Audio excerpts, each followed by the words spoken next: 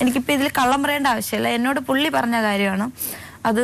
ഇങ്ങനെയാണ്, ആശയുണ്ട്. ആശ എന്ന് പറയുന്ന ഒരു പെണ്ണ് നിയമപരമായിട്ട് കല്യാണം കഴിച്ചതൊന്നും അല്ല, എൻ്റെ കൂടെ ഇറങ്ങി വന്ന പെണ്ണാണ്.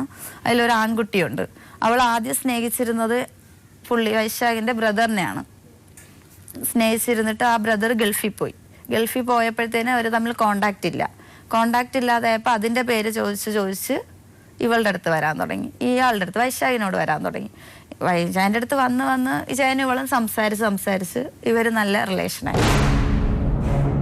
റിലേഷനായി ഇയാളോടൊപ്പം ഇറങ്ങിപ്പോയി.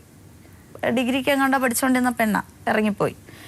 ഇവർ വിഴിഞ്ഞത്തോ അവിടെ എവിടെയൊക്കെ വാടകയ്ക്കൊക്കെ താമസിച്ചിരുന്നു. എന്നിട്ട് പുള്ളി എന്നോട് പറഞ്ഞതെന്നു വെച്ചാൽ പെണ്ണിൻ്റെ സ്വഭാവം കൊള്ളില്ല, ഞാൻ പല രീതിയിൽ കണ്ടിട്ടുണ്ട്, അതുകൊണ്ട് ഞാൻ വേണ്ടെന്ന് വെച്ചതാ. ഇപ്പോൾ അവൾ എവിടെയാണെന്ന് എനിക്കറിയത്തില്ല. അവൾ കൊല്ലത്തുള്ളൊരു പയ്യൻ്റെ കൂടെ പോയി. അവൾ കുഞ്ഞിനെയും കൊണ്ടാണ് പോയത്. കൊല്ലത്തുള്ളൊരു പയ്യൻ്റെ കൂടെ പോയി. ഇപ്പം എൻ്റെ കൂടെ ഇല്ല. എനിക്ക് അവൾ എവിടെയാണെന്ന് അറിയത്തില്ല. ഇപ്പം ഞാൻ നിൻ്റെ കൂടെ ഉണ്ട്, നീ എൻ്റെ കൂടെ ജീവിക്കുന്നെന്ന് അറിഞ്ഞിട്ട് അവളിങ്ങനെ വിളിക്കുന്നതാണ് നമ്മളെ തമ്മിൽ വഴക്കുപിടിപ്പിക്കുക. ഇങ്ങനെ പറഞ്ഞു. ഞാൻ ഇതെന്നോട് പറഞ്ഞത് പ്രകാരം അവൾ പിന്നെ വിളിച്ചപ്പോൾ ഞാൻ കോൾ അറ്റൻഡ് ചെയ്തിട്ട് ഞാൻ ചോദിച്ചു, നിന്നെ വേണ്ടാത്ത ഒരാളെ നീ എന്തിന് ശല്യം ചെയ്യുന്നതെന്ന് ചോദിച്ചു. നിനക്ക് വേണ്ടാന്ന് പറഞ്ഞാൽ നീ കളഞ്ഞിട്ട് പോയി. അയാൾക്ക് നിന്നെ വേണ്ട, നിനക്കും അയാളെ വേണ്ട. അയാൾക്ക് എന്നെ വേണമെന്ന് പറഞ്ഞാൽ അയാൾ എൻ്റെ കൂടെ ജീവിക്കാൻ തുടങ്ങി. ഞാനിപ്പോൾ 5 മാസം പ്രഗ്നൻ്റ് ആണ്. ഇനി എന്തിനാ നീ ശല്യം ചെയ്യുന്നതെന്ന് ചോദിച്ചു. അങ്ങനെയൊന്നുമില്ല. അവൾ എന്നോട് പറഞ്ഞു, അങ്ങനെയൊന്നുമില്ല, ഞങ്ങൾ ഒന്നിച്ചാണ് ജീവിച്ചത്, എന്നൊരു കുഴപ്പമില്ല, ഒരു പ്രശ്നമില്ല എന്നൊക്കെ ഇവൾ എന്നോട് പറഞ്ഞു. എന്നിട്ട് ഇവളുടെ അമ്മ എന്നെ വിളിച്ച് കുറേ ചീത്തവിളിയും ബഹളമൊക്കെ ആയിരുന്നു. അപ്പം ഞാനും തിരിച്ച് വഴക്ക് പറഞ്ഞു. അമ്മ എനിക്കറിയത്തില്ല, എന്നോട് ഇങ്ങനെയാണ് പറഞ്ഞിരിക്കുന്നത് പുള്ളി, നിങ്ങളുടെ മോളെ വേണ്ട, നിങ്ങളുടെ മോൾ ഇങ്ങനെ പോയി, നിങ്ങളുടെ മോളെ വേണ്ടെന്ന്, അതിൽ കൂടുതലൊന്നും എനിക്കറിയത്തില്ല എന്ന് പറഞ്ഞു. എന്നിട്ട് പിന്നെ അവിടെ തന്നെ എങ്ങും പോകുന്നൊന്നുമില്ല. ഈ ഇൻസ്റ്റാൾമെൻറ്റിൻ്റെ പിരിവ് പൈസകൾ മേടിച്ചാണ് ജീവിച്ചുകൊണ്ടിരുന്നത്. പിന്നെ വിളിയൊന്നുമില്ല, ഫോണിൽ കോളുകളില്ല, ഒരു ഇതുമില്ല, നല്ലപോലെ പോയിക്കൊണ്ടിരുന്നു. ഇതേണക്കൊരു 7 മാസമായി എനിക്ക്. ആ സമയത്ത് ഞങ്ങൾ എൻ്റെ വീട്ടിലോട്ട് പോകുന്നു. ഇതെല്ലാം എൻ്റെ വീട്ടിലറിഞ്ഞ് അമ്മ വിളിയായി. പിന്നെ എല്ലാവരും സംസാരം സ്നേഹവും കാര്യമൊക്കെ എൻ്റെ വീട്ടിൽ പോയി. എൻ്റെ വീട്ടിലിരിക്കുമ്പോഴത്തേന് പുള്ളി ഇൻസ്റ്റാൾമെൻ്റൊക്കെ അങ്ങ് തീർന്നു. അതൊക്കെ ഏകദേശമൊക്കെ ആയി. എനിക്കറിയത്തില്ല, പുള്ളി ടോട്ടലങ്ങ് മുങ്ങാറായി നിൽക്കുക കടത്തിൻ്റെ പുറത്ത്. ഇതൊന്നും എന്നോട് പറയുന്നില്ല. ഇപ്പം പുള്ളിക്ക് നാട്ടിൽ 35 ലക്ഷം രൂപ കടവാ. 35 ലക്ഷം ഒരു ബിസിനസ് ചെയ്തതാണ്. എനിക്കറിയത്തില്ലായിരുന്നു, ഇതൊന്നും എനിക്കറിയത്തില്ല. ഞാൻ നോക്കുമ്പം ഈ വരുമാനം കൊണ്ട് നല്ലപോലെ ജീവിക്കുന്നുണ്ട്. അപ്പൊ എൻ്റെ ഇതിൽ വേറെ കടങ്ങളോ ബാധ്യതകളോ എന്നോട് പറഞ്ഞിട്ടുമില്ല. പുള്ളി ഇപ്പോൾ ഒരു ദിവസം ഈ പിരിവ് പൈസ മേടിക്കാൻ പോയാൽ 6000 രൂപ കിട്ടും, 3000 കിട്ടും, 4000 കിട്ടും. ആ ഒരു ഇതിൽ നല്ലപോലെയൊക്കെ തന്നെ സ്നേഹമായിട്ടും കാര്യമായിട്ടും നല്ലപോലെ നോക്കി. എന്നെ പ്രൈവറ്റ് ഹോസ്പിറ്റലിലാണ് കാണിച്ചതും. സ്നേഹത്തിനൊന്നും ഒരു കുറവുമില്ല, നോക്കുന്നതിനൊന്നും അപ്പൊ എനിക്ക് വിശ്വസിക്കാതിരിക്കാൻ വയ്യ. വേറൊരാളുടെ കുഞ്ഞാണെങ്കിൽ എൻ്റെ മൂത്ത മോളോട് ഒരു രീതിയിലും ഒരു ഇതും കാണിച്ചിട്ടില്ല, ഇന്ന് വരെയും കാണിച്ചിട്ടില്ല. ഞാൻ എവിടെയെങ്കിലും ഡ്രൈവറായിട്ട് കയറാമെന്ന് പറഞ്ഞു. അമ്മ ഞാൻ ആയിക്കോട്ടെ എന്ന് പറഞ്ഞു. അപ്പോൾ എന്നോട് വന്നിട്ട് പറഞ്ഞു, ഈ പത്രത്തിൽ കണ്ട് ഞാൻ അവിടെ വിളിച്ച് സംസാരിച്ചു, ലൈസൻസ് കൊണ്ട് ചെല്ലാൻ പറഞ്ഞു. പുള്ളി പോകാൻ തുടങ്ങി, ആ വണ്ടി ഓടാൻ പോകാൻ തുടങ്ങി. പോയിട്ട് ഇത് കണക്ക് 3-4 ദിവസം കൂടുമ്പോൾ വരും. അതുമല്ല, പോയി കഴിഞ്ഞാൽ 2 ദിവസം ചിലപ്പോൾ ഫോൺ ഓൺ ആയിരിക്കും, പിന്നെ അങ്ങ് ഓഫാ. പിന്നെ പുള്ളി വരുന്നവരെ ഞാനങ്ങ് ടെൻഷനായിട്ടിരിക്കുക. ഇതിനിടയ്ക്ക് എനിക്ക് എന്തെങ്കിലും സംഭവിച്ചാലും പുള്ളി അറിയിക്കാൻ പറ്റത്തില്ല. അങ്ങനെ ആയപ്പോഴത്തേന് പോയി 2-2.5 ആഴ്ച കാണുന്നില്ല. ഞാൻ അവസാനം എന്ത് ചെയ്യണമെന്ന് അറിഞ്ഞൂടാതെ ആരെ എനിക്ക് കോണ്ടാക്ട് ചെയ്യാൻ വയ്യ. വീട്ടിലൊക്കെ വിളിച്ചപ്പോൾ അവരൊക്കെ അറിയത്തില്ല, എവിടെയാണെന്ന് അറിയത്തില്ല, ഇവിടെ വന്നിട്ടില്ല. അങ്ങനെ തിരക്കി ഒരു ഡയറി കിട്ടി. ഈ ഡയറിയിൽ ഈ ട്രാവൽസിലെ നമ്പർ ഉണ്ടായിരുന്നു. ഈ ട്രാവൽസിൽ വിളിച്ചു ചോദിച്ചപ്പോൾ പറഞ്ഞു, വൈശാഖ് ആകെ ഇവിടെ 1 മാസമേ ജോലി ചെയ്തുള്ളൂ, വൈശാഖ് ഇവിടെ നിന്ന് ജോലി നിർത്തിയല്ലോ. അപ്പൊ എനിക്ക് മനസ്സിലായി ഇതിൽ എന്തൊക്കെയോ ഉണ്ടെന്ന്. അഡ്രസ്സ് വെച്ച് ബാലരാമപുരത്ത് നെല്ലിവിള എന്ന് പറയുന്ന സ്ഥലത്ത് എത്തി. പുള്ളി ഇങ്ങനെ അച്ഛൻ്റെ പേരൊക്കെ വെച്ച് സംസാരിച്ചപ്പം ആർക്കും വലിയ പിടിയില്ലായിരുന്നു ആദ്യം. കാരണം വൈശാഖ് എന്നല്ല അവിടെ അറിയപ്പെടുന്ന പേര്. അതുകൊണ്ട് ഞാൻ ഈ പേര് പറഞ്ഞപ്പോൾ ആർക്കും വലുതായിട്ട് അറിയത്തില്ല. അപ്പം ഈ ഫോട്ടോ കാണിച്ചപ്പോൾ അവർ പറഞ്ഞു, ഇവനാളെ ഇപ്പം ബൈക്കിൽ ഇതുവഴി പോയതേ ഉള്ളൂ എന്ന് പറഞ്ഞു. അപ്പം ഞാനങ്ങ് ആകെ ഒരു ഇതായി. കാരണം പുള്ളി നാട്ടിലുണ്ടായിട്ടും വീട്ടുകാർ പറഞ്ഞില്ല, എന്നായിട്ടൊരു കോണ്ടാക്റ്റും ഇല്ല, എന്നെ കാണുന്നില്ല, വിളിക്കുന്നില്ല. അപ്പം ഞാനിങ്ങനെ അപ്പോൾ അവർ വെച്ച് എന്ത് മോൾ ആരാന്ന് ചോദിച്ചു. അപ്പോൾ എൻ്റെ സഹോദരൻ പറഞ്ഞു, അത് അവൻ്റെ ഭാര്യയാണ്, അവൻ ഇവിടെ വന്നിട്ട് ഇതുവരെ അപ്പോൾ അവർ വെച്ച് ഭാര്യയോ? അങ്ങനെ അവർ പറഞ്ഞ ഏത് സ്ഥലത്തുനിന്നാ? അപ്പോൾ ഞങ്ങൾ പറഞ്ഞ കഴക്കൂട്ടത്തുനിന്നാ. എന്താ മോളെ നിനക്ക് എന്ത് പറ്റി? നീ അവൻ്റെ 3ാമത്തെ ഭാര്യയെങ്കിൽ. അപ്പോൾ ഞാൻ ഇങ്ങനെ ഞാൻ ആകെ അങ്ങ് തളർന്നു. ഞാൻ ചോദിച്ചു എന്തോ എനിക്ക് മനസ്സിൽ. അവൻ ആദ്യം ഒരു പെൺകുട്ടീനെ വിളിച്ചിട്ട് പോയി രജിസ്റ്റർ മാരേജ് ചെയ്തു. ആ കുട്ടി 8 മാസം പ്രഗ്നന്റ് ആയിരിക്കും. ആ കുട്ടിയുടെ വീട്ടിൽ ഡെലിവറിക്ക് കൊണ്ടാക്കിയിട്ട് ആ കുട്ടിയുടെ വീട്ടിൻ്റെ അടുത്തുള്ളൊരു കൊച്ചിനെ വിളിച്ചിട്ട് പോയി. അതാണ് ഈ ആശ. ഈ ആശയ്ക്ക് എല്ലാം അറിയാം. ഈ കുട്ടി സ്നേഹിച്ച് ഇറങ്ങിപ്പോയി, അവർ രജിസ്റ്റർ മാരേജ് കഴിഞ്ഞതാണെന്നും ഇങ്ങനെ പ്രഗ്നന്റ് ആയിട്ട് പ്രസവത്തിന് വീട്ടിൽ കൊണ്ടാക്കിയതാണെന്നും എല്ലാം അറിഞ്ഞിട്ടും ഇവൾ ഇറങ്ങിപ്പോയി. അയാളുടെ കൂടൊപ്പം ഇറങ്ങിപ്പോയി അവളുമായിട്ട് ജീവിച്ചു തുടങ്ങി. അവൾ ആ വീട്ടിൽ, അതായത് അയാളുടെ വീട്ടിൽ നിർത്തിയിട്ടാണ് എന്നെ വിളിച്ചിട്ട് പോകുന്നത്. അപ്പൊ അച്ഛനും അമ്മയും ഒന്നും എന്നോട് പറഞ്ഞിട്ട്, ഞാൻ വിളിക്കുന്നുണ്ട് അവരെ, വിളിച്ച് മോനെ അന്വേഷിക്കുന്നുണ്ട്, എന്നിട്ട് പോലും അവര് പറഞ്ഞിട്ടില്ല. എന്നിട്ട് ഞാൻ എന്ത് ചെയ്തു, തിരിച്ച് അവിടെ ചെന്നു. അപ്പൊ ഞാൻ ചെന്ന കാര്യം പുള്ളി അറിഞ്ഞു കഴിഞ്ഞു. അറിഞ്ഞ സെക്കൻഡിൽ തന്നെ പുള്ളി ഏതോ, നമ്മൾ ആദ്യമായിട്ട് ചെല്ലുന്നതുകൊണ്ട് അവിടുത്തെ വഴികളൊന്നും അറിയത്തില്ല, ഏതോ വഴിയിൽ കൂടെ ആ കൊച്ചിനെയും ആശേനെയും വിളിച്ചിട്ട് പോയി കഴിഞ്ഞു. അവിടെ നിന്ന് ഞാൻ ആ വീട് തിരക്കി അവിടെ എത്തിയപ്പം അപ്പൊ ആ അമ്മ എന്നോട് പറഞ്ഞു എന്തോ അവ ഇവിടെ വന്നില്ല എന്ന് പറഞ്ഞു. അപ്പൊ ഞാൻ പറഞ്ഞ കള്ളം പറയണ്ട അമ്മ, ഞാനിപ്പോ ഇവിടെ നിന്നൊക്കെ അറിഞ്ഞു എല്ലാം, അതുകൊണ്ട് എന്നോട് ഇനി കള്ളം പറയാൻ നിൽക്കണ്ട. ആ പെണ്ണ് എന്ത് ചെയ്യുന്നു ചോദിച്ചു. അറിയത്തില്ല, അവൾ ഇത്ര നേരം ഇവിടെ ഉണ്ടായിരുന്നു, എവിടെ പോയെന്ന് അറിയത്തില്ല. അപ്പൊ അവിടെ ഒരു കൊച്ചു കളിച്ചോണ്ടിരുന്ന ഒരു പയ്യൻ, ഒരു 8-ലോ 9-ലോ പഠിക്കുന്നു. അപ്പൊ ഞങ്ങൾ ആ പയ്യനെ വിളിച്ചിട്ട് ചോദിച്ചു, മോനെ ആശ എന്ത് ചെയ്യുന്നു ചോദിച്ചു. അത് ഇപ്പൊ കിഷാറിനെ വന്ന് വിളിച്ചിട്ട് പോയി, ആശ ചേച്ചിനെയും കൊച്ചിനെയും ഓട്ടോയിലാ പോയത് എന്ന് പറഞ്ഞു. അതിന് ഞാൻ ഒത്തിരി ബഹളം ഉണ്ടാക്കി ഞാൻ അവിടെ. കാരണം കാശിന്റെ രീതിയിൽ എന്നെ ഒരുപാട് പറ്റിച്ചു. പൈസയായിട്ട് എന്നെ ഒരുപാട് എന്നെ പൈസയായിട്ട് പറ്റിച്ചു. അപ്പൊ ഈ കാശെല്ലാം കൊണ്ടുപോയി ഇവർക്കാണ് കൊടുക്കുന്നത്. ഒരു നല്ല വസ്ത്രം മേടിച്ചു തരുന്നില്ല, നല്ല ആഹാരം മേടിച്ചു തരുന്നില്ല. ഇപ്പോഴും തുടക്കത്തിലൊന്നും അങ്ങനെയല്ല, കുഞ്ഞിന് ആവശ്യത്തിന് ഒന്നുമില്ല. അപ്പൊ പക്ഷെ എന്നിട്ടും ഞങ്ങളുടെ വീട്ടിൽ നിന്ന് കാശ് അങ്ങോട്ട് കൊടുത്തോണ്ടിരിക്കുക പുള്ളിക്ക് ഓരോ ആവശ്യങ്ങൾക്ക്. കേസ് അങ്ങനെ ഇങ്ങനെ, വണ്ടി പ്രശ്നങ്ങൾ, CC, അത് ഇതെല്ലാം പറഞ്ഞ് ഞങ്ങളുടെ നിന്ന് മേടിച്ചോണ്ടിരിക്കുക. ഒരു വീട് വെക്കാൻ അമ്മ കാശ് അയച്ച്, ആ വീട് ഇന്നും പൂർത്തിയായിട്ടില്ല. ആ കാശുകൾ മൊത്തം കൊണ്ടുപോയി. 1 രൂപ ഇരിക്കുവാണെങ്കിൽ അത് എങ്ങനെയെങ്കിലും എൻ്റെ കയ്യിൽ നിന്ന് മേടിക്കും. എൻ്റെ ഇളയ കുഞ്ഞിന് ഇപ്പോൾ 1 വയസ്സ് 3 മാസം ആകുന്നേ ഉള്ളൂ. ആ കുഞ്ഞിൻ്റെ കാത് കുത്തിയത് 1 വയസ്സിൽ. ഈ 3 മാസത്തിനിടയ്ക്ക് ആ കമ്മൽ ഊരിയിട്ട് പോയി. കുഞ്ഞിൻ്റെ മാല ഊരി അലമാരി വെച്ചിരുന്നു, അത് ഞാൻ പോലും അറിയാതെ എടുത്തിട്ട് പോയി. എന്നിട്ട് ഞാൻ ചോദിച്ചപ്പോൾ പറഞ്ഞു ഞാൻ എടുത്തില്ല എന്ന്. ഞാൻ അതിനെക്കുറിച്ച് ചോദിച്ചില്ല, കാരണം ആ മാല അവിടെ കൊണ്ടുപോയി പണയം വെച്ചത് ഞാൻ അറിഞ്ഞു കഴിഞ്ഞു. എന്നിട്ട് ഒരു ബഹളം വേണ്ട, പ്രശ്നം വേണ്ട, ഞാൻ ചോദിച്ചില്ല. മൂത്ത മോളുടെ കഴുത്തിൽ കാതിലെല്ലാം അങ്ങനെ തന്നെ പുള്ളി തന്നെ എല്ലാം കൊണ്ടുപോയി. എന്നിട്ട് അവർക്ക് വേണ്ട എല്ലാ സൗഭാഗ്യങ്ങളും ചെയ്തു. അവരെ പുള്ളിയുടെ വീട്ടിൽ നല്ലതുപോലെ നോക്കുന്നുണ്ട്. ഞാനും എൻ്റെ കുഞ്ഞുങ്ങളും മാത്രം ഇവിടെ, അതായത് ഇല്ലാഞ്ഞിട്ടല്ല, ഞങ്ങളുടെ കയ്യിൽ നിന്ന് കൊണ്ടുപോയി അവരെ നോക്കുന്നു. പുള്ളി ചെയ്യുന്നത് എന്താന്ന് വെച്ചാൽ ഇവിടുന്ന് പോകും കാശും കൊണ്ട് ചീട്ട് കളിക്കും, കാശ് വെച്ച് ചീട്ട് കളിക്കും. എല്ലാരും പറയുന്നത് ഇത്രയും കടങ്ങൾ വന്ന് അങ്ങനെയാണെന്ന്. അത് ഞാൻ എതിർത്തു. ഞാനുമായിട്ട് ഭയങ്കര വഴക്കായി. ഇവരുമായിട്ട് പല സ്ഥലങ്ങളിൽ പോയി നിന്നു, സിറ്റിയിലും ഇവിടെ എല്ലാം ഞാൻ അന്വേഷിച്ച് പോവുകയാണ്. ഞാൻ പോകുന്നതിന് സെക്കൻഡുകൾക്ക് മുമ്പേ പുള്ളി അവിടെ നിന്നെല്ലാം പോയിക്കൊണ്ടിരിക്കുക. എന്നിട്ട് സിറ്റിയിൽ എവിടെയോ ഒരു സ്ഥലത്തുണ്ടെന്നറിഞ്ഞു. പക്ഷെ ആ വീട് മാത്രം എനിക്ക് കണ്ടുപിടിക്കാൻ പറ്റിയില്ലായിരുന്നു. എന്നിട്ട് ഞാൻ തിരിച്ചെല്ലാം കഴിഞ്ഞ് എൻ്റെ വീട്ടിൽ വന്നു. തിരക്കി മടുത്തു, ഞാൻ തളർന്നു. ഞാൻ തിരിച്ച് എൻ്റെ വീട്ടിൽ വന്നപ്പം ഒരു കുറച്ച് ദിവസം കഴിഞ്ഞപ്പോൾ എന്നെ ഫോൺ വിളിച്ചു. ഞാൻ അങ്ങോട്ട് വരട്ടെ എന്ന് ചോദിച്ചു. ഞാൻ വേണ്ട, നിങ്ങൾ ഇനി വരണ്ട. അങ്ങനെ പുള്ളി തിരിച്ചു വന്നു. എന്നോട് കുറേ അങ്ങനെ എന്ത് ചെയ്യാനാ, ഇപ്പം അതിലൊരു കുഞ്ഞായി പോയില്ലേ, ഞാനിനി എന്ത് ചെയ്യണം, അവളും ഒരു പെണ്ണല്ലേ, നീ പറ ഞാൻ എന്തോ ചെയ്യണമെന്ന് പറഞ്ഞു. ഞാൻ പറഞ്ഞ് ഒരു കാര്യം ചെയ്യണം, ഒന്നിലും നിങ്ങൾ അവരുടെ കൂടെ ജീവിക്കുക, എന്നിട്ട് എനിക്കും എൻ്റെ കുഞ്ഞിനും ചിലവിനതാ, അല്ലെങ്കിൽ എൻ്റെ കൂടെ ജീവിച്ചിട്ട് അവർക്ക് ചിലവിനോട്. അപ്പോൾ എന്നോട് പറഞ്ഞു ശരി, ഞാൻ നിങ്ങളുടെ കൂടെ ജീവിക്കാം, അവർക്ക് ചിലവിനുള്ള കാശെത്തിക്കാം. സമ്മതിച്ചു. ശരി, അങ്ങനെ പോവുക. എന്നിട്ട് ഇതെല്ലാം വിശ്വസിച്ച് ഞാൻ വീണ്ടും പോവുക. 25,000 രൂപ അമ്മ തന്നു, അഡ്വാൻസ് കൊടുക്കാം, ഒരു വീടിന് അഡ്വാൻസ് കൊടുത്തു. 3,500 രൂപ വാടക. ആ പൈസ അമ്മയാണ്. 5 മാസം ആ വീട്ടിൽ താമസിക്കുന്നു. മോളുടെ നൂലുകെട്ട് കഴിഞ്ഞ് പോകുന്നത് ആ വീട്ടിൽ. 5 മാസം ആ വീട്ടിൽ കാശുകളെല്ലാം അമ്മ തരുന്നു. മാസം ചെലവിനും തരും. എല്ലാ മാസവും തന്നില്ലെങ്കിലും തരും. പുള്ളിയും ഇങ്ങനെയൊക്കെ നോക്കിപ്പോയി. ഓട്ടോ ഓടാൻ പോയിട്ട് 2 ദിവസമായി കാണുന്നില്ല. വിളിച്ചിട്ട് ഒരു ഇതുമില്ല. 2 ദിവസം കഴിഞ്ഞപ്പം അവിടുത്തെ ഹൗസ് ഓണർ വന്നിട്ട് ചോദിച്ചു, എന്താ നിങ്ങൾ വീട് മാറുന്നില്ലേ എന്ന് ചോദിച്ചു. അപ്പം ഞാൻ ആലോചിച്ച എന്താ പെട്ടെന്ന് ഇങ്ങനെ ചോദിക്കുന്നത്. അപ്പോൾ ഞാൻ പറഞ്ഞു എന്താ അങ്ങനെ ചോദിച്ചാൽ, അണ്ണൻ പറഞ്ഞില്ലായിരുന്നല്ലോ വീട് മാറും. അത് വൈശാഖ് എൻ്റെ അഡ്വാൻസ് കാശ് തിരിച്ചു മേടിച്ചല്ലോ,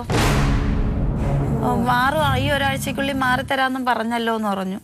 അപ്പോഴാണ് ഞാൻ അതറിയുന്നത്. അപ്പം ഞാൻ ആകെ ഒന്നായി. തിരിച്ച് ഞാൻ എന്ത് ചെയ്തു, ഈ കുഞ്ഞിനെയും കൊണ്ട് അപ്പോഴേ എന്നെ പോവുകയാണ്. വീണ്ടും തിരക്കി പോയി. അവിടെ പോയപ്പോൾ അവർക്കാർക്കും അറിയത്തില്ല. പക്ഷെ അടുത്തുള്ളവരെല്ലാരും പറയുന്നുണ്ട് അവൻ വന്നിട്ട് പോയി എന്ന്. ഈ വീട്ടുകാർ മാത്രം സമ്മതിക്കുന്നില്ല വന്നു. ഞാൻ അവസാനം വീട്ടിൽ കയറാൻ പോയപ്പോൾ ഇവരെന്നെ വീട്ടിൽ കയറ്റിയില്ല. എൻ്റെ മോക്ക് 5 മാസമായ കൊച്ചിനെയും കൊണ്ട് രാത്രി 1:30 വരെ ഞാൻ ആ റോട്ടിലിരുന്നു. ഇവരെന്നെ വീട്ടിൽ കയറ്റിക്കുന്നില്ല. റോട്ടിലിരുന്നു. അവസാനം ഞാൻ പോകില്ല എന്നായപ്പം ഇയാളുടെ സഹോദരനും കൊച്ചച്ചന്മാരും എല്ലാവരും കൂടെ വന്ന് വീട്ടിൽ കയറ്റി സംസാരിച്ചു. എന്നോട് കാര്യങ്ങൾ സംസാരിച്ചു. എനിക്ക് പറയേണ്ട കാര്യം ഇങ്ങനെയൊക്കെ ആ കാര്യം, ഇതൊന്നും എനിക്കറിയത്തില്ല, ഇപ്പം ഇങ്ങനെയൊക്കെയാണ് കാര്യം. ഞാൻ പറഞ്ഞു ഞാൻ എങ്ങും പോകത്തില്ല, ഞാൻ ഈ വീട്ടിൽ തന്നെ നിൽക്കും, നിങ്ങളുടെ മോന് നിങ്ങൾ കൊണ്ടുപോയി ഇവിടെ, അതുവരെ ഞാൻ ഇവിടെ നിൽക്കുമെന്ന് പറഞ്ഞു. ഞാൻ അവിടെ കയറി നിന്നു. 11 ദിവസം നിന്നു. 10ാമത്തെ ദിവസമായപ്പോൾ പുള്ളി വന്നു അവിടെ. 10ാമത്തെ ദിവസം വൈകിട്ട് വന്ന് എന്നോട് എപ്പോഴും വന്ന് കുറേ കരച്ചിൽ, കുറേ സോറി പറച്ചിൽ, കാല് വരെ പിടിച്ച് ആ പോട്ടെ, അങ്ങനെ ഇങ്ങനെ പറ്റിപ്പോയി, ഞാൻ എന്ത് ചെയ്യാനാ, അങ്ങനെ ഇങ്ങനെന്നൊക്കെ പറഞ്ഞു. അവിടെ വെച്ചു അങ്ങനെയൊക്കെ പറഞ്ഞു.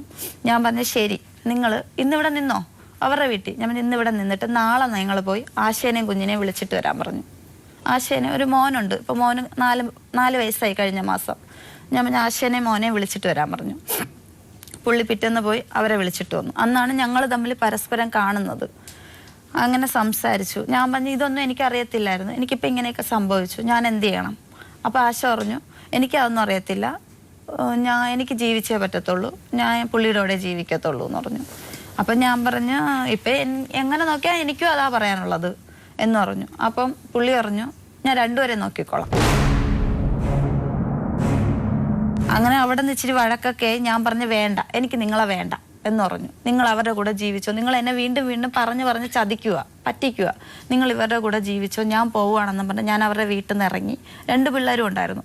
പിള്ളേരെയും കൊണ്ട് ഇറങ്ങി ജംഗ്ഷനിൽ വന്നൊരു ഓട്ടോയിൽ കയറിയപ്പം പുള്ളി ഓട്ടോ എടുത്ത് ബാക്കിൽ നിന്ന് വന്ന് നേരെ കൊണ്ട് വണ്ടി ഈ ഓട്ടോയുടെ ഫ്രണ്ടിൽ കൊണ്ട് നിർത്തിയിട്ട് എന്നെ പിടിച്ചിറക്കി പുള്ളിയുടെ ഓട്ടോയെ കയറ്റിയിട്ട് പറഞ്ഞു വാ പോകാമെന്ന് പറഞ്ഞു. പക്ഷേ എവിടെ പോകാനാ, നമുക്ക് അങ്ങ് കഴക്കൂട്ടത്തെ വീട്ടിൽ പോകാമെന്ന് പറഞ്ഞു. ഞാൻ പറഞ്ഞു വേണ്ട, ഇനി നമ്മൾ തമ്മിൽ ഒത്തു ജീവിച്ചാൽ ശരിയാകത്തില്ല എന്ന് പറഞ്ഞു. എന്നിട്ട് കുറേയൊക്കെ അങ്ങനെ പറഞ്ഞ് സംസാരിച്ച് വീട്ടിൽ കൊണ്ടുവന്ന് താമസിച്ചു. പിന്നെയും ഇത് കണക്കിങ്ങനെ പോയിക്കൊണ്ടിരുന്നു. പിന്നെ ആയപ്പോൾ പുള്ളി പൈസ കൊണ്ടുവരത്തില്ല, വീട്ടിൽ കാശ് കൊണ്ടുവരാതെ. അപ്പം ഞാൻ ചോദിക്കാൻ തുടങ്ങി എന്താ വെച്ചാൽ നിങ്ങൾ വണ്ടി ഓടാനല്ലേ പോകുന്നത്, എന്തുകൊണ്ട് ചിലവില്ലേ വീട്ടിൽ?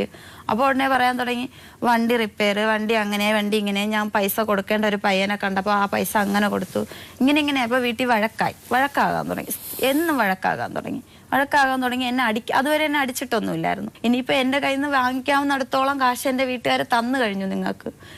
ഇനിയിപ്പോൾ ഞങ്ങളെ കൊണ്ട് നിങ്ങൾക്ക് ഉപയോഗമൊന്നുമില്ല, അതുകൊണ്ട് നിങ്ങൾ ഇങ്ങനെയല്ല, ഇതിനപ്പുറം നിങ്ങൾ കാണിക്കുമെന്ന് എനിക്കറിയാം എന്നൊക്കെ പറഞ്ഞ് എൻ്റെ ദേഷ്യത്തിന് ഞാൻ എന്തൊക്കെയോ പറഞ്ഞു. ലൈലയുടെ ജീവിതത്തിൽ ഉണ്ടായത് ആദ്യത്തെ ബന്ധവും ദുരന്തങ്ങളാണ്. ഇതിപ്പോൾ രണ്ടാമത്തത്. ഇത് രണ്ടും നിങ്ങൾ ഇഷ്ടപ്പെട്ട് നിങ്ങൾ തീരുമാനമെടുത്ത് നിങ്ങൾ പോയി. ഇപ്പോൾ വൈശാഖൻ്റെ കൂടെയുള്ള ജീവിതം നിങ്ങൾക്ക് വളരെ വ്യക്തമായിട്ട് മനസ്സിലായി. മറ്റൊരു സ്ത്രീയും കുഞ്ഞും അയാളുടെ വീട്ടുകാർ സമ്മതിച്ച് അവിടെ തന്നെയുണ്ട്. നേരത്തെ ഒരു സ്ത്രീയെ വിവാഹം കഴിച്ച് അതിലൊരു കുഞ്ഞുമായിട്ട് അവർ താമസിക്കുന്നു. നിങ്ങൾ ഒരുപാട് പൈസ, സാമ്പത്തിക ബാധ്യതകൾ നിങ്ങൾക്കുണ്ടാക്കി വെച്ചിട്ടാണ് എളുപ്പം നിൽക്കുന്നത് ഈ വൈശാഖൻ. അപ്പോൾ ആദ്യത്തെ ബന്ധത്തിലുണ്ടായ പ്രശ്നങ്ങൾ എന്താണെന്നും ലൈലയ്ക്ക് നന്നായിട്ട് അറിയാം. എന്തുകൊണ്ട് അതൊക്കെ സംഭവിച്ചു എന്നുള്ളത് നന്നായിട്ട് അറിയാം. നമ്മുടെ വാശി, നമ്മുടെ പ്രശ്നങ്ങൾ, പിന്നെ ഫ്രാൻസിസിൻ്റെ അശ്രദ്ധ. തെറ്റെവിടെയാണെന്ന് ആലോചിക്കേണ്ടിയിരിക്കുന്നു ലൈല. ആരെയും നമ്മൾ കുറ്റപ്പെടുത്തിയിട്ട് കാര്യമില്ല. എനിവേ ഇപ്പം ലൈലയുടെ ഭാഗം ലൈല പറഞ്ഞു, കാര്യങ്ങളൊക്കെ ഓക്കെയാണ്. അപ്പോൾ എന്തായാലും ലൈല നമുക്ക് വൈശാഖനെ വിളിക്കാം. കുറച്ചുകൂടെ കാര്യങ്ങൾ അയാളിൽ നിന്നും കേൾക്കാമല്ലോ നമുക്ക് എന്താണെന്നുള്ളത്.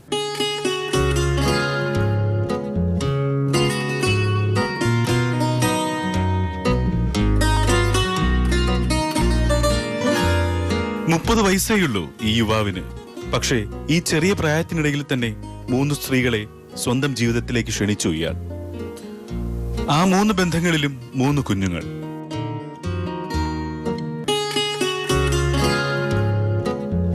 നിയമാനുസരണമുള്ള ഭാര്യയും വിവാഹബന്ധവും നിലനിൽക്കെ തന്നെയാണ് മറ്റു 2 സ്ത്രീകളെ അയാൾ സ്വീകരിച്ചത്. ജീവിതം ഒരു തമാശക്കളി മാത്രമാണോ വൈശാഖന്? ആരോടും നീതി പുലർത്താനാകാതെ ചതിയുടെ പാതയിലൂടെ സഞ്ചരിച്ച ഈ ചെറുപ്പക്കാരന് എന്തായിരിക്കും ഇവിടെ പറയാനുണ്ടാവുക? എന്തായാലും ഇവിടെ വന്നു കഴിഞ്ഞപ്പോൾ തന്നെ വൈശാഖന് കാര്യങ്ങളൊക്കെ മനസ്സിലായിട്ടുണ്ടാവും അല്ലേ? എല്ലാ കാര്യങ്ങളും എല്ലാം സത്യസന്ധമായിട്ട് തന്നെയാണ് പറഞ്ഞതെന്നാണ് ഞങ്ങളുടെ വിശ്വാസം.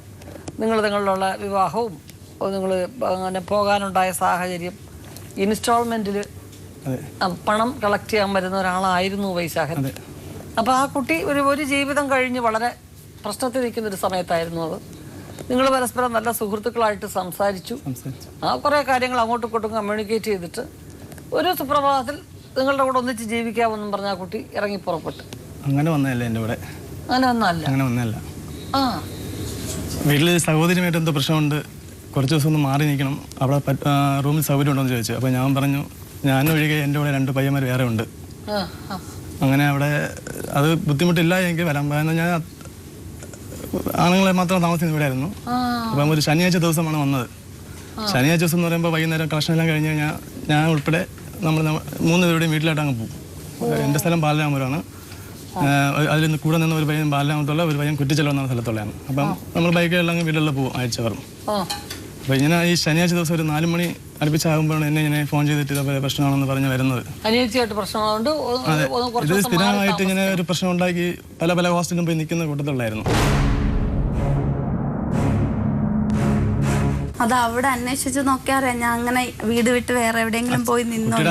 എൻ്റെ കൂടെ ഇങ്ങനെ വന്ന ശേഷം വീട്ടിൽ അച്ഛൻ വിളിക്കുമ്പോൾ ഫോൺ ഇപ്പം അച്ഛൻ തന്നെ വിളിക്കുമ്പോൾ പറയുന്നത് ഞാൻ ഇങ്ങനെ കൊല്ലത്ത് ഹോസ്റ്റലിലുണ്ട്, വേറെ പ്രശ്നമൊന്നുമില്ല എന്നൊക്കെ അവിടെ വിളിച്ച് പറയാറ് എൻ്റെ കൂടെ വന്ന് നിൽക്കുമ്പോഴും.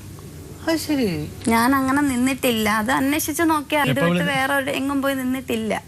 അതിപ്പോൾ ഇവിടെ പറയുന്നതാണ്. എപ്പോൾ വിളിച്ചാലും എൻ്റെ അടുത്ത് തന്നെ എൻ്റെ കൂടെ ഇങ്ങനെ വരുന്നതിന് മുമ്പേ തന്നെ പറഞ്ഞിട്ടുണ്ട് ഞാൻ ഇങ്ങനെ കൊല്ലത്താണ്, അല്ലെങ്കിൽ വേറെ ഏതോ പള്ളി വക ഹോസ്റ്റലിലൊക്കെ നിൽക്കുന്നതെന്നാ പറയാറ്.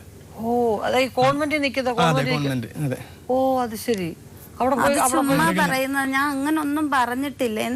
സത്യം പറ, നിങ്ങൾക്ക് വേണ്ടെങ്കിൽ വേണ്ട, പക്ഷെ ഇല്ലാത്തത് പറയരുത്. ഞാൻ ഇല്ലാത്തല്ല, ഞാൻ സത്യം പറയണം. അങ്ങനെ എൻ്റെ വീട്ടിൽ ഇങ്ങനെ വന്നു. അപ്പോൾ ആ സമയത്ത് എൻ്റെ കൂടെ ഉണ്ടാകുന്ന 2 എൻ്റെ കൂട്ടുകാർ, അവർക്ക് ഇത് കണ്ടപ്പോൾ തന്നെ ബാഗുമായിട്ടാണ് വന്നത്, വേഗം മൂത്ത കൊച്ചുമായിട്ടാണ് വന്നത്. അപ്പോൾ തന്നെ അവർക്ക് ഒരു പേടിയുണ്ടായി. അതുകൊണ്ട് അവർ അപ്പം തന്നെ അങ്ങ് ബൈക്കെടുത്ത് അവരങ്ങ് വീട്ടിലായി. അപ്പോൾ എനിക്ക് പിന്നെ എന്ത് ചെയ്യണം എന്നുള്ള ഒരു അവസ്ഥയിൽ ഞാൻ പുള്ളിയുടെ ജീവിതത്തിലോട്ട് എന്നെ ഇല്ല വിളിച്ചിട്ടാണ് മേഡം, ഒരിക്കലും ഇല്ല. ഞാൻ അങ്ങനെ വിളിച്ചിട്ടേ ഇല്ല. എൻ്റെ കയ്യിൽ നിന്ന് കുറച്ച് വീട്ടുപകരണം അച്ഛനും മോളും കൂടി മേടിച്ചത് ആദ്യം. അതിൻ്റെ കളക്ഷന് പോയി പിന്നെ അത് പൈസ തരാറില്ല. എപ്പോൾ പോയാലും നാളെ വാ അല്ലെങ്കിൽ മറ്റൊന്ന് വാ അങ്ങനെ പറഞ്ഞു വിട്ട് അങ്ങനെ സ്ഥിരം. അതിൻ്റെ അടുത്ത വീട്ടിലൊരു കടയുണ്ട്, ഒരു അമ്മമ്മയുടെ. അവിടെ ചോദിച്ചാൽ അവർക്ക് അറിയാൻ പറ്റും ഇതിൻ്റെ അവസ്ഥ. അവരാണ് എൻ്റെ മിക്ക ദിവസം പറഞ്ഞു അവിടെ ആരോരുത്തരുടെ ഇങ്ങനെ പോയി അങ്ങനെ പോകുന്നു ഇങ്ങനെ പോകുന്നു എന്നൊക്കെയാണ് എൻ്റെ അടുത്ത് പറയുന്നത്. അങ്ങനെ എനിക്ക് കൂടുതൽ അനിയത്തിയായിട്ട് കാണാൻ പറ്റാറുള്ളൂ. ഇപ്പോൾ അന്വേഷിക്കാൻ പോകുമ്പോൾ അനിയത്തി പറയുന്നത് ഇങ്ങനെ ഹോസ്റ്റലിലാണ്, ഇവിടെ ഇല്ല, അവിടെ പോയി ഇവിടെ പോയി എന്ന് അനിയത്തിയും പറയാറുണ്ട്. അങ്ങനെ ഇങ്ങനെ ഈ സമയത്ത് തന്നെ ഇങ്ങനെ പിന്നെ ഒരു ദിവസം നേരിട്ട് കണ്ടത് ഫോൺ നമ്പർ. ഇത് ചുമ്മാണ് മാഡം. നിങ്ങൾക്ക് വേറെ ഏതെങ്കിലും രീതിയിൽ അന്വേഷിക്കാൻ പറ്റുമെങ്കിൽ അന്വേഷിച്ച് നോക്കിയാൽ അന്വേഷിക്കാം മേഡം. ആ കടയുടെ അടുത്ത് ചോദിച്ചാൽ മാത്രം മതി, അവർ പറഞ്ഞു തരും. അപ്പം എനിക്ക് പിന്നെ എങ്ങനെ പോകാൻ പറ്റും എന്നുള്ള ഒരു ഇതായി വീട്ടിലോട്ട്. കാര്യം വീട്ടിൽ ഭാര്യയും മോനും ഉള്ളതുകൊണ്ട് പോകാൻ പറ്റാത്ത സാഹചര്യമായി പോയി. വീട്ടിൽ എൻ്റെ വീട്ടില്ല, എൻ്റെ കുടുംബത്തില്ല. ഇത് എന്നോട് പറഞ്ഞിട്ടുണ്ടായിരുന്നു. പറഞ്ഞിട്ടുണ്ടായിരുന്നു.